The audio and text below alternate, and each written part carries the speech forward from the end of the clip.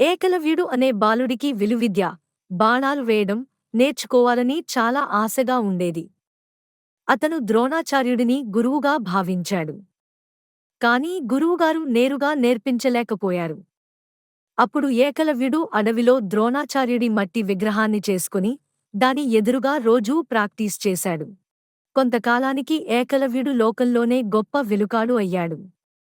ఒకరోజు ద్రోణాచార్యుడు ఇది చూసి ఆశ్చర్యపోయారు. ఏకలవ్యుడు తన గురువుకి ఇచ్చే కానుకగా గురుదక్షిణ తన కుడిచేతి బొటనవేలును కోసి ఇచ్చేశాడు. అంతటి గొప్ప గురుభక్తి అతనిది. కాబట్టి పిల్లలు, మనం మన గురువులను, పెద్దలను గౌరవించాలి.